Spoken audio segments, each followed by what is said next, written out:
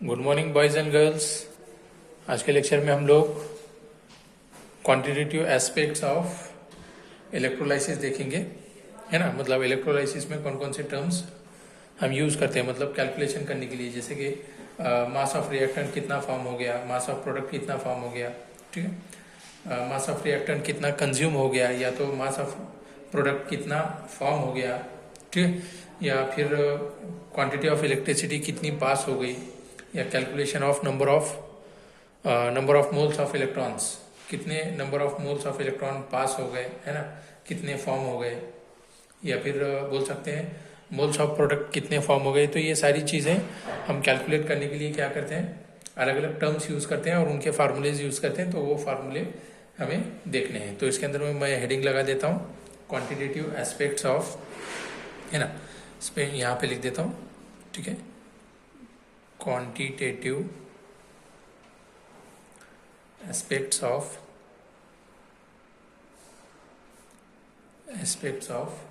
Electrolysis.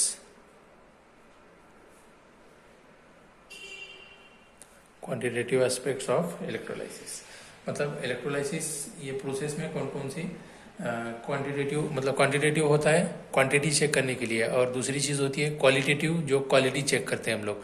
तो यहाँ पे क्वांटिटेटिव मतलब क्वांटिटी चेक करने के लिए। तो अलग अलग एस्पेक्ट जो होते हैं, तो एस्पेक्ट्स को हम जो एस्पेक्ट्स इलेक्ट्रोलाइसिस में यूज़ करते हैं, तो उनको चेक करने के लिए या काउंट करने के लिए हम लोग क्या करते हैं, क्वांटिटेटिव एस्पेक्ट्स यूज़ करते हैं। तो उसको हम देखेंगे। जैसे कि मान लो कोई सेल है, तो सेल के अंदर में हमने देखा कि दो इलेक्ट्रोड्स होते हैं, एक एनोड होता है, एक कैथोड एज अ वर्क करता है। तो हम यहाँ देखेंगे कि मास ऑफ रिएक्टेंट कितना कंज्यूम हो गया, है ना, कितना रिएक्टेंट का मास कंज्यूम हो गया, या फिर कितना प्रोडक्ट फॉर्म हो गया। तो ये हम क्या करते हैं, चेक करते हैं कोई इलेक्ट्रोड पे कितना मास ऑफ प्रोडक्ट फॉर्म हो गया और कितना मास ऑफ रिएक्टेंट कंज्यूम हो गया, मतलब कितना यूज हो गया इलेक्ट्रोड पे और कितना फॉर्म हो गया है। तो ये अलग अलग चीज़ें हम क्या करते हैं इलेक्ट्रोलाइसिस में कैलकुलेट करते हैं, जिसको हम stoichiometry of half reaction at electrode बोल सकते हैं। हाफ क्यों बोल रहे हैं हाफ, क्योंकि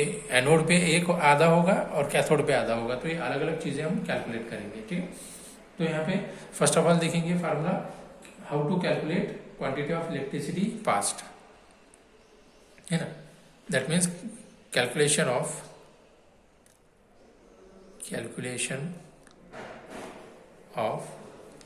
quantity of electricity passed, quantity of electricity passed, quantity of electricity passed. तो इसको कैसे हम कैलकुलेट करेंगे, देखिए।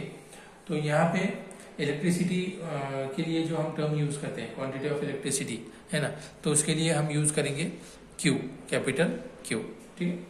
Quantity of electricity pass during the electrolysis, है ना। तो अब वहाँ पे क्या होगा, इलेक्ट्रिसिटी कितनी पास हो गई, मतलब हम क्या चेक कर रहे हैं, करंट देख रहे हैं। तो करंट मतलब क्या यूज करेंगे हम, है ना, I यूज करेंगे। करंट के लिए क्या यूज करेंगे, जैसे करंट के लिए यूज कर रहे हैं हम लोग सिंबल I, है ना। और क्वांटिटी ऑफ इलेक्ट्रिसिटी के लिए क्या यूज कर रहे हैं, Q, क्वांटिटी ऑफ इलेक्ट्रिसिटी, है ना, इसके लिए यूज कर रहे हैं Q, कैपिटल Q, है ना। पास थ्रू द सेल, है ना। To calculate the quantity of electricity Q pass through the electrolysis, the amount of current I is passed through a cell is measured for the time which current is passed, है ना। तो time कितना लगेगा, ठीक है। तो time के लिए हम क्या यूज करते हैं, क्या यूज करेंगे, T, है ना, ठीक है।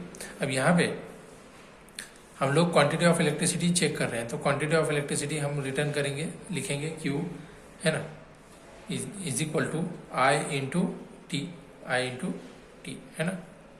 Amount of current passed through a time interval T is called, है ना, क्वांटिटी ऑफ इलेक्ट्रिसिटी। तो ये हमने निकाला, है ना, क्वांटिटी ऑफ इलेक्ट्रिसिटी के लिए फार्मूला, है ना, क्वांटिटी ऑफ इलेक्ट्रिसिटी पास्ट। अब सेकंड देखेंगे, तो उसके अंदर देखेंगे calculation of moles of electron past, calculation of moles of electron passed, electrons passed। ठीक, तो number of moles of electron कितने पास हो गए ये चेक करना है। तो टोटल चार्ज है ना, पास्ड क्या रहेगा क्यू, तो यहाँ पे लिख दो टोटल चार्ज पास्ड क्या रहेगा क्यू, जो कि कूलम में हम मेजर करते हैं। क्यू मतलब क्या होता है कूलम में, ठीक है। आई मतलब एम्पियर में और टाइम टी मतलब सेकंड्स में, याद रखिए। आई रहेगा एम्पियर में, क्यू रहेगा कूलम्स में और टाइम रहेगा सेकंड्स में। तो यहाँ पे मैं लिख दूँ ऐसे, आई हम ये करते हैं एम्पियर में, फिर क्यू यूज करते हैं कूलम्स में और टाइम यूज करते हैं सेकंड्स में, ठीक है। अब यहाँ पे number of moles of electron है ना, यहाँ पे लिख दूं number of moles of electron passed, number of moles of electrons passed is equal to क्या लिख सकते हैं, क्यू दैट इज कूलम्स में डिवाइडेड बाय 96500 है ना, ये क्या रहेगा कूलम्स पर मोल पर इलेक्ट्रॉन, ठीक है। ये होगा, ये यूज करेंगे हम लोग number of moles of electron कितने पास हो गए ये चेकआउट करना है। तो क्यू बाय 96,500 लेंगे, ठीक है। ये हो गया सेकेंड। अभी थर्ड टर्म की तरफ चलेंगे हम लोग, थर्ड टर्म देखेंगे। तो इसके अंदर में थर्ड टर्म में हम लोग देखेंगे how to calculate moles of product form. That means calculation of moles of product form, calculation of moles of product form, ठीक है। अब यहाँ पे कैलकुलेशन करना है ना, मोल्स ऑफ प्रोडक्ट कितने फॉर्म हो गए। मान लो कोई रिएक्शन है, जैसे एग्जांपल दे रहा हूँ, मान लो कि ये कॉपर +2 है ना, एक्यूएस फॉर्म में है, +2 इलेक्ट्रॉन्स है ना, ये क्या कर रहा है 2 इलेक्ट्रॉन एक्सेप्ट कर रहा है, तो ये कन्वर्ट हो जाएगा न्यूट्रल में है ना, सॉलिड फॉर्म में, ठीक है। अब यहाँ पे हम देखें तो कितने मोल्स ऑफ इलेक्ट्रॉन यहाँ पे लग रहे हैं, जहाँ पे कॉपर न्यूट्रलाइज हो जाए, न्यूट्रल फॉर्म में आ जाए, तो 2 मोल ऑफ इलेक्ट्रॉन्स क्या हो रहे हैं रिक्वायर्ड, किसके लिए 1 मोल ऑफ कॉपर फॉर्म होने के लिए। 2 mole of electrons are required to form 1 mole of copper है ना, 1 मोल ऑफ कॉपर, ठीक है। तो यहाँ पे हम बोल सकते हैं मोल रेशो निकाल सकते हैं हम लोग, मोल रेशो। तो यहाँ पे लिखूँ मैं, यहाँ पे लिख देता हूँ mole ratio, mole ratio is equal to, यहाँ पे लिख सकता हूँ ऊपर moles of product formed, moles of product formed in half cell और हाफ रिएक्शन, ठीक है, डिवाइडेड बाय क्या रहेगा moles of electrons required, moles of electrons required in half reaction, ठीक है। देयरफॉर अगर जी हम ये वाला एग्जांपल अगर चलेंगे तो यहाँ पे क्या बोल सकते हैं, for the reaction of copper, मतलब ये फॉर्म करने के लिए 1 मोल ऑफ कॉपर फॉर्म करने के लिए मोल्स कितने मोल रेशियो लगा इलेक्ट्रॉन का है ना, यहाँ पे फॉर्म कितना हो रहा है 1, लगे कितने 2, मतलब 1 के लिए 2 लग रहे हैं, मतलब कितना हो रहा है हाफ है ना। तो मोल रेशियो कितना आएगा यहाँ पे लिख सकते हैं हम लोग, for the reaction of copper है ना, for the reaction of copper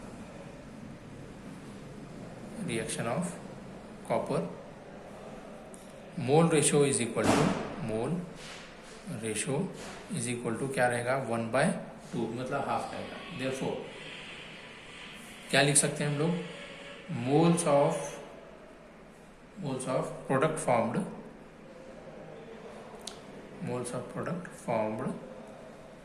is equal to क्या लिख सकते हैं, is equal to moles of electron actually passed, moles of electrons actually passed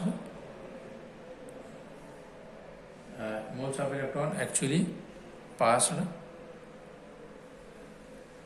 into mole ratio into mole ratio। तो ये formula लिख रहे हैं हम लोग, है ना। क्या लिखा है? Moles of product formed is equal to moles of electron actually passed into mole ratio. ठीक है, यहाँ पे ए रह गया, है ना। ठीक है, हाँ, तो ये फार्मूला निकाला हमने। तो यहाँ पे क्या कर सकते हैं हम लोग अभी?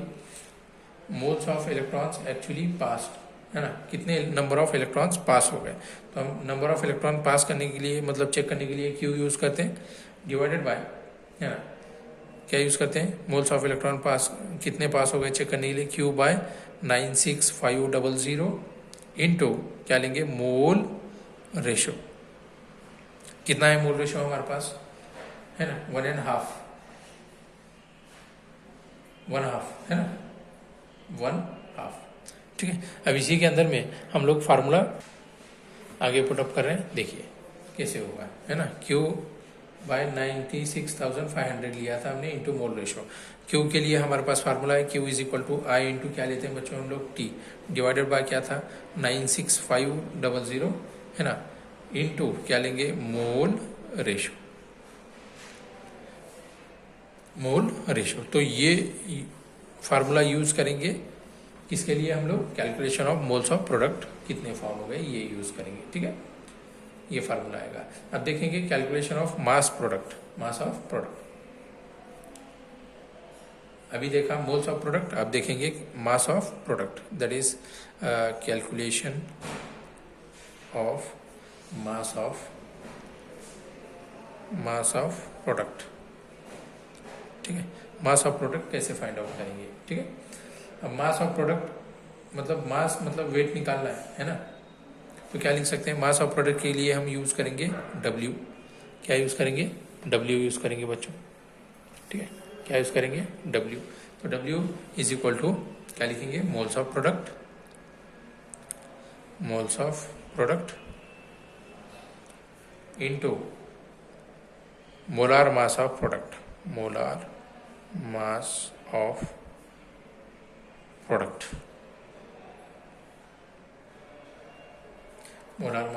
प्रोडक्ट। ठीक है, तो ये W के लिए यूज किया हमने, जहाँ पे हम क्या कर सकते हैं? मास निकाल सकते हैं। ठीक है, moles of product into molar mass of product. तो यहाँ पे W इज इक्वल टू क्या लिख सकते हैं? I into T divided by 96500 into क्या ले सकते हैं? Mole ratio into molar mass of product, molar mass of क्या यूज कर सकते हैं? Product, molar mass of product. तो ये फार्मूला हम यूज करेंगे calculation of mass of product के लिए। ठीक है, calculation of mass of product के लिए तो गया समझ में? ये मास ऑफ प्रोडक्ट निकाला हमने, मास ऑफ प्रोडक्ट निकाला। अभी हम लोग आगे बढ़ेंगे और देखेंगे कि कोई अगर से प्रॉब्लम अगर चाहिए तो उसको कैसे हम लोग चेक करेंगे। ओके, चलिए तो एक प्रॉब्लम सॉल्व करते हैं, उसके बाद आगे बढ़ते हैं। हम लोग आगे बढ़ेंगे, पहले तो एक प्रॉब्लम सॉल्व करेंगे। पहले मैं प्रॉब्लम यहाँ पे पढ़ता हूँ, उसके बाद डेटा निकालेंगे हम लोग। ठीक है, लिखने के लिए काफ़ी सारा टाइम लग जाएगा हमें, तो इसलिए मैं सीधे से क्या कर देता हूँ? प्रॉब्लम को लिख लेता हूँ, डेटा निकाल दूंगा। ठीक है, तो मैं प्रॉब्लम पढ़ रहा हूँ। What is the mass of copper metal, what is the mass of copper metal produced at cathode during the passage of 5 ampere, है ना। What is the mass of copper metal produced at cathode, है ना, मतलब cathode पे कौन है? Copper है। During the passage of 5 ampere current, कितना करंट पास किया है? 5 एम्पियर करंट पास किया है। किस में से? कॉपर सल्फेट सॉल्यूशन में से, CuSO4 सॉल्यूशन में से। For how many time? 100 minutes, है ना, 100 minutes. Molar mass of copper हमें दिया हुआ है 63.5 ग्राम मोल इनवर्स। ठीक है, तो यहाँ पे क्या निकालना है हमें? What is the mass of copper metal produced. ठीक है, तो पहले तो मैं क्या करूँगा? प्रॉब्लम का डेटा निकालूंगा, है ना। पहले तो कोई भी प्रॉब्लम जब भी आप सॉल्व करेंगे तो उसके लिए पहले क्या करना है? डेटा निकालना है। गिवन क्या क्या दिया हुआ है? कॉपर की हमें रिएक्शन यहाँ पे करनी होगी, ठीक है। कॉपर मेटल प्रोड्यूस हो रहा है ना कैथोड पे, तो कॉपर मेटल प्रोड्यूस हो रहा है तो उसकी स्टैक्योमेट्री पहले तो देखनी होगी, ठीक है। तो कैसे लिखेंगे, Cu जैसे मैंने थोड़ी देर पहले आपको बताया था +2 कौन से फॉर्म में होगा, aqueous, how many electrons, 2 electrons, 2 mole of electrons is equal to क्या करेगा, कन्वर्ट करेगा न्यूट्रल में, दैट इज है ना कॉपर सॉलिड फॉर्म में आएगा, है ना, न्यूट्रल हो गया, कोई चार्ज नहीं है, ठीक है। तो यहाँ पे हेंस क्या लिख सकते हैं, हेंस यहाँ पे mole ratio is equal to, mole और रेशो इज इक्वल टू, है ना, कितना फॉर्म हो रहा है, 1 मोल, है ना, मास ऑफ प्रोडक्ट कितना फॉर्म हो रहा है, 1 मोल divided by how many electrons, 2 mole of electrons, तो ये कितना हो गया, 1/2 हो गया फिर से, ठीक। तो मास ऑफ कॉपर हमें निकालना है, तो अभी देखा हमने मास ऑफ कॉपर निकालना है, तो हम W इज इक्वल टू क्या लेंगे, मास के लिए I into T divided by, जैसे थोड़ी देर पहले देखा 96,500, है ना, इंटू क्या देखेंगे, मोल रेशो इंटू क्या रहेगा, mole ratio into molar mass, molar mass of किसका लेंगे, कॉपर का देख रहे हैं तो कॉपर लेंगे यहाँ पे, ठीक है। तो यहाँ पे लिख देते हैं I इज इक्वल टू, ठीक है, I is equal to how many current पूछा है, I is equal to 5 ampere, ठीक है। चेक करना कि सारे के सारे यूनिट एक ही सिस्टम में आ जाए, है ना, SI सिस्टम या CGS या FPS में जो भी आपको कन्वर्ट करना है, ठीक है। तो ये सारे लेंगे हम लोग, तो I हमें मिला है 5 एम्पियर, ठीक है। फिर उसके बाद टाइम हमें दिया हुआ है 100 सेकेंड्स, ठीक है। फिर उसके बाद यहाँ पे ये पुटअप करेंगे वैल्यू 96,500 इंटू मोल रेशियो कितना है हमारे पास 1/2, है ना, into molar mass of copper कितना दिया हुआ है, क्वांटिटी में दिया हुआ था 63.5, है ना, ओके। तो इसको जब आप सॉल्व करेंगे तो आपका आंसर आएगा 9.87 ग्राम, 9.87 gram of mass of copper क्या होगा, प्रोड्यूस होगा, कहाँ पे, कैथोड पे। कितना ग्राम मास प्रोड्यूस होगा कैथोड पे कॉपर का, 9.87 ग्राम, इतना फॉर्म होगा, ठीक है। तो ये कुछ प्रॉब्लम्स देख रहे थे हम लोग, ठीक है। अब आगे बढ़ते हैं और देखेंगे नेक्स्ट, है ना। अभी एक देखा हमने इलेक्ट्रोकेमिकल से, है ना, अब आगे और भी देखने हैं। तो जैसे हमने देखा था लास्ट लेक्चर में टाइप्स ऑफ सेल देख रहे थे हमने, है ना, टाइप्स ऑफ सेल में हम लोग देख रहे हैं बच्चों,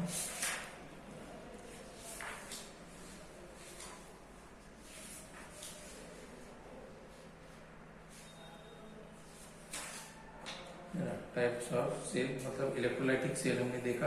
आप देखेंगे गैल्वेनिक और वोल्टाइक सेल।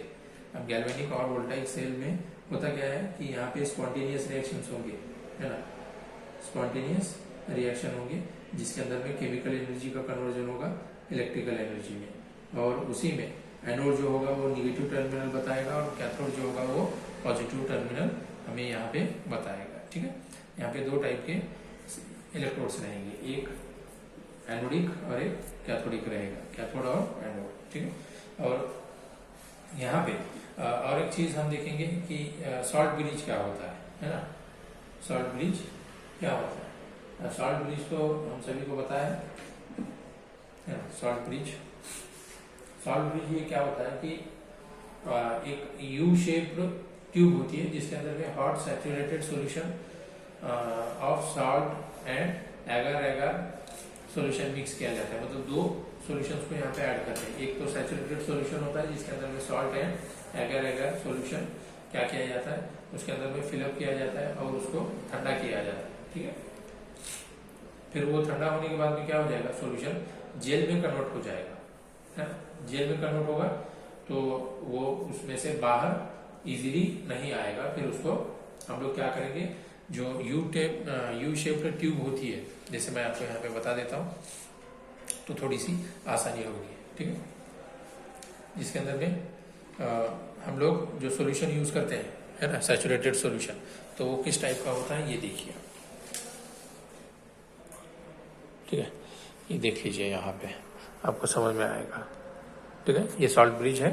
सॉल्ट ब्रिज के अंदर में हम क्या करते हैं, ये गैल्वेनिक सेल होता है जिसके अंदर में दो सॉल्यूशंस हम क्या करते हैं, कनेक्ट करते हैं। गैल्वेनिक सेल में दो सॉल्यूशंस को कनेक्ट करने के लिए सॉल्ट ब्रिज यूज करते हैं, ठीक है।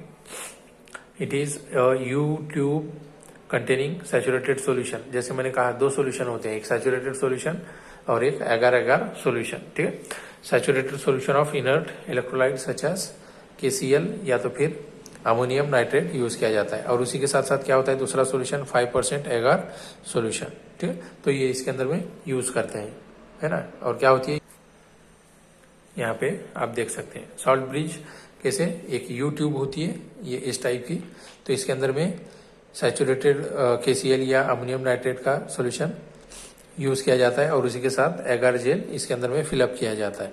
फिलअप करने के बाद में इसको ठंडा किया जाता है जिससे ये सॉल्यूशन क्या हो जाए, जेल में कन्वर्ट होता है।